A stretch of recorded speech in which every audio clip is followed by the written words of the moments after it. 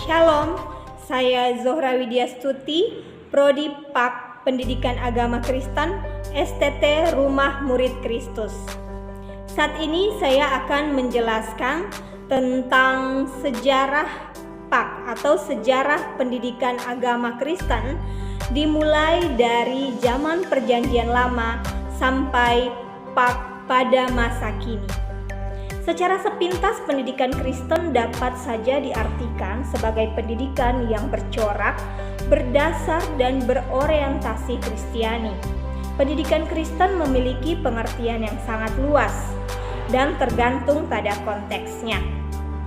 Robert Pasmino mengatakan bahwa pendidikan Kristen merupakan usaha bersengaja dan sistematis ditopang oleh upaya rohani dan manusiawi untuk mentransmisikan pengetahuan, nilai-nilai, sikap-sikap, keterampilan-keterampilan, dan tingkah laku yang bersesuaian atau konsisten dengan iman Kristen dalam rangka mengupayakan perubahan, pembaharuan, dan reformasi pribadi-pribadi, kelompok, bahkan struktur oleh kuasa Roh Kudus, sehingga peserta didik hidup sesuai dengan kehendak Allah sebagaimana dinyatakan oleh Alkitab, terutama dalam Yesus Kristus. Oke, kita mulai pembahasan yang pertama, yaitu tentang Pak zaman Perjanjian Lama. Pendidikan pada masa Perjanjian Lama menjadi dasar peletakan awal konsep pendidikan Kristiani. Mengingat komunitas gereja pada awalnya juga adalah orang-orang Yahudi. Jadi pendidikan agama Kristen sejak awalnya berakal dari agama dan kebudayaan Yahudi. Penganut agama Yudaisme yang mementingkan ketaatan kepada hukum agama agar dijalankan dengan penuh ketekunan. Pendidikan menjadi bagian yang paling utama dan terpenting dalam budaya Yahudi. Semua bidang budaya diarahkan untuk menjadi tempat di mana mereka mendidik generasi muda yang kelak akan memberikan pengaruh besar. Objek utama dalam pendidikan mereka adalah mempelajari hukum Taurat. Ada beberapa konteks dalam Pak Perjanjian Lama, yaitu pertama, Pak dalam konteks keluarga. Pendidikan rohani yang utama diberikan dalam konteks keluarga, sehingga tugas pendidikan ini merupakan tugas utama setiap orang tua. Jadi orang tua yang bertugas paling utama dalam pendidikan agama Kristen pada masa itu. Para orang tua ini diingatkan untuk menceritakan kembali kisah hubungan perjanjian Allah dengan nenek moyang mereka.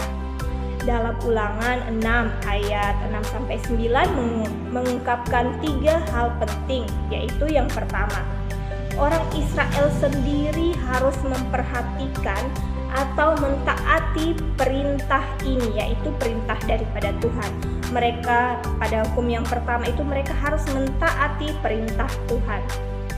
Ini hal penting yang pertama. Kemudian yang kedua, yaitu orang Israel harus mengajarkannya kepada anak-anak mereka. Dalam mengajarkan kepada anak-anak ini, mereka harus mengajarkan berulang-ulang dalam berbagai kesempatan dimanapun. Jadi dimanapun mereka berada dalam kesempatan apapun itu, mereka harus mengajarkan berulang-ulang tentang perintah Tuhan ini kepada anak-anak mereka. Inilah pendidikan yang pertama pada zaman itu. Dan ketika anak-anak bertanya kepada orang tua tentang perintah Allah itu, maka orang tua harus menjelaskan karya Allah bagi kehidupan bangsa Israel masa lampau dan mendorong mereka untuk hidup takut akan Tuhan. Kemudian hal penting yang ketiga, yaitu perintah ini harus menjadi tanda bagi seorang Israel. Bagi seorang Israel, baik di tubuh, di rumah, dan di kota, itu diberikan tanda, harus memberikan tanda. supaya mereka tahu bahwa pendidikan agama Kristen adalah yang terpenting pada saat itu. Kemudian yang kedua yaitu pak oleh imam dan orang Lewi. Jadi selain orang tua yang paling awalnya mengajarkan tentang pendidikan agama Kristen, yang kemudian adalah oleh imam dan orang Lewi. Dalam kehidupan bangsa Israel, para imam dan orang Lewi juga mempunyai tugas tanggung jawab untuk mengajarkan umat. Itu kita dapat lihat dalam Ulangan 33 ayat 10 dan juga Imamat 10 ayat 11. Berikutnya yang ketiga, pak dalam tradisi hikmat. Pendidikan dalam tradisi hikmat dilakukan oleh para orang-orang bijak yang bertanggung jawab untuk mengajarkan sikap yang baik dan saleh kepada orang-orang muda. Pendidikan ini berdasarkan kitab Amsal berpusatkan pada takut akan Tuhan adalah awal pengetahuan dan hikmat. Dapat kita lihat dalam Amsal 1 ayat 7. Kemudian yang berikutnya yaitu pak dalam konteks kenabian. Ada beberapa bagian dalam Perjanjian Lama yang memberikan informasi bahwa seorang nabi biasanya dikelilingi oleh sekelompok orang yang juga disebut sebagai anak-anak nabi atau murid yang belajar tentang kehidupan dan pengajaran sang nabi. Itu dapat kita lihat di Yesaya 8 ayat 16 menyebut mereka sebagai murid-murid, dan pasal 8 ayat 18 menyebut mereka sebagai anak-anak. Oke, itulah 4 konteks pak pada Perjanjian Lama. Kemudian kita lanjutkan pendidikan agama Kristen pada zaman Yesus. Yesus adalah guru agung, di mana pada para guru lainnya sudah sepantasnya berguru kepada Yesus sang guru agung tersebut. Dia yang bisa melakukan berbagai keajaiban dalam pengajarannya dan telah meletakkan teladan baik bagi praktek pendidikan kerohanian untuk seterusnya. Tujuan pembelajaran yang dilakukan oleh Yesus adalah agar murid-muridnya mengenal Bapa di surga secara pribadi dan meyakini bahwa Yesus satu-satunya jalan keselamatan serta membawa orang lain kepada jalan keselamatan yang telah mereka temukan di dalam Yesus Kristus.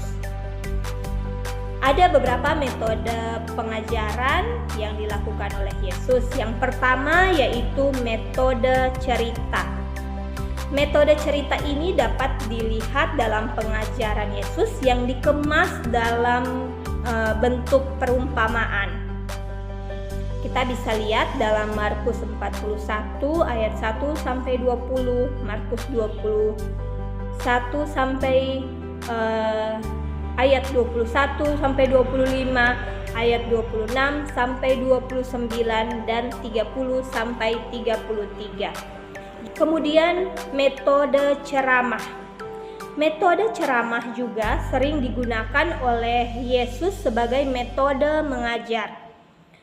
Mengajar untuk orang banyak bersama murid-muridnya, seperti dapat kita lihat dalam Markus 13 ayat 1 sampai 2, Markus 13 ayat 3 sampai 13 dan seterusnya. Kemudian yang berikutnya adalah metode diskusi. Metode yang berikut yang digunakan Tuhan Yesus dalam pengajarannya. Metode diskusi merupakan metode yang sering Yesus pakai juga dalam mengajar. Beberapa contoh metode diskusi yang dibuat oleh Yesus ialah ketika dia mengajar, terlebih khusus dalam Injil Markus pasal 2 ayat 23. Yesus mengajar sambil berdiskusi dengan murid-murid dan tak sering juga kepada orang banyak. Jadi biasanya Yesus sering berdiskusi dengan murid-muridnya dan biasanya juga berdiskusi dengan orang banyak. Next, yaitu pendidikan agama Kristen pada zaman Rasul Paulus. Hasil yang didapat bisa dilihat adalah adanya pemimpin-pemimpin rohani. Strategi pengajaran yang dilakukan oleh Rasul Paulus, yaitu dapat kita lihat banyak strategi yang dilakukan oleh Rasul Paulus dalam pengajarannya. Ini adalah strategi yang diantaranya, yaitu dalam Kisah Para Rasul 19 ayat 1 sampai 12.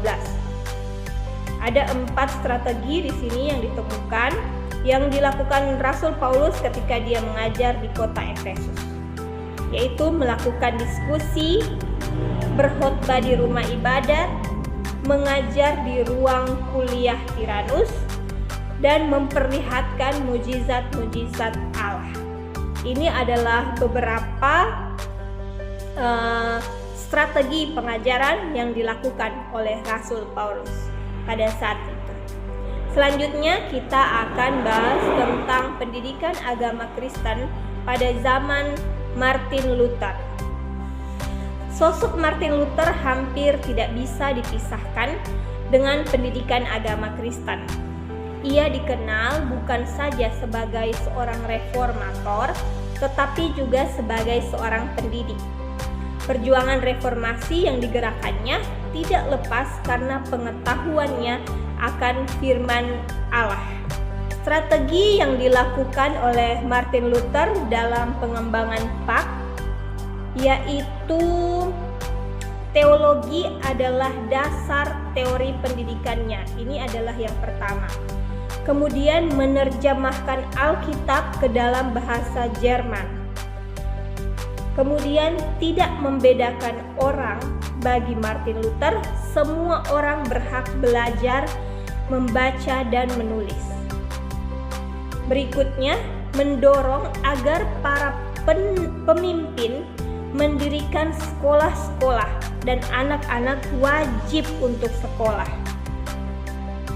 Selanjutnya, menyusun bahan pendidikan khusus untuk anak didik, yaitu berupa katekismus kecil.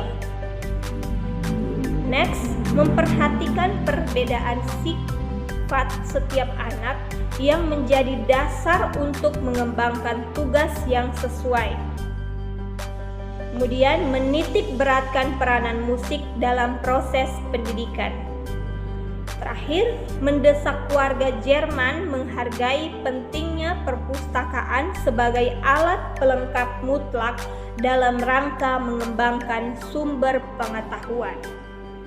Itulah strategi yang digunakan oleh Martin Luther untuk mengembangkan pendidikan agama Kristen pada zaman itu, terutama di wilayah Jerman.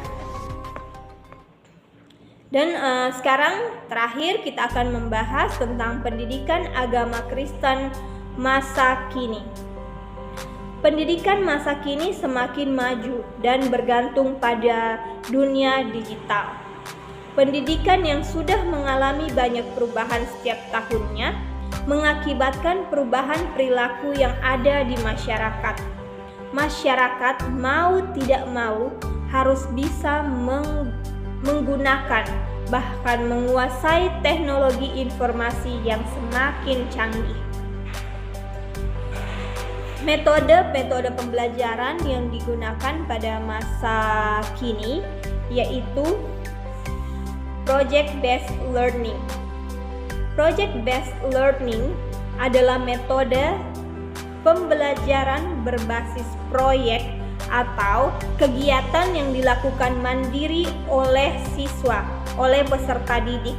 Jadi, guru memberikan proyek kepada siswa, pendidik memberikan proyek kepada peserta didik, kemudian proyek ini dikerjakan oleh peserta didik secara mandiri.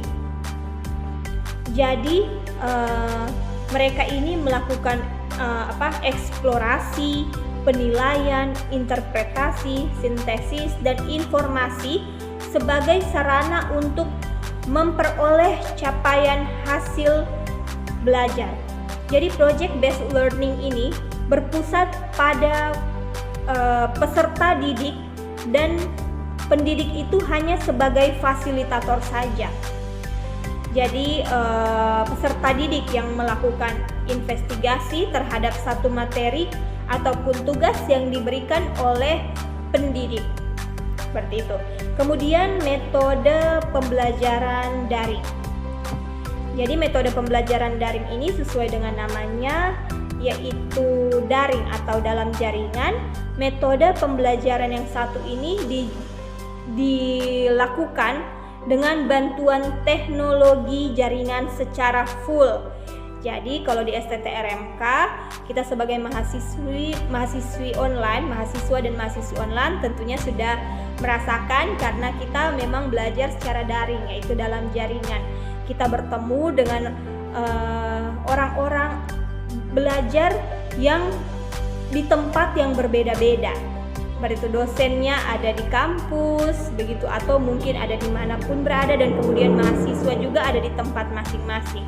Tetapi kita dapat memperoleh pengajaran lewat daring, seperti itu, dengan bantuan teknologi online tentunya. Dan kemudian metode pembelajaran luring.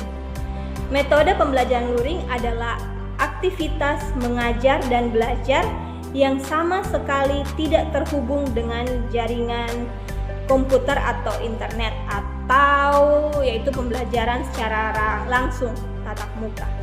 Dan kemudian yang berikutnya yaitu metode blended learning. Metode blended learning ini yaitu sebuah metode pembelajaran yang dilakukan dengan cara menggabungkan, mencampurkan, atau mengkombinasikan sistem pendidikan konvensional dengan sistem pendidikan berbasis digital. Baiklah, itu saja yang dapat saya jelaskan tentang sejarah pendidikan agama Kristen mulai dari zaman Perjanjian Lama sampai pada saat ini. Terima kasih, Tuhan Yesus memberkati.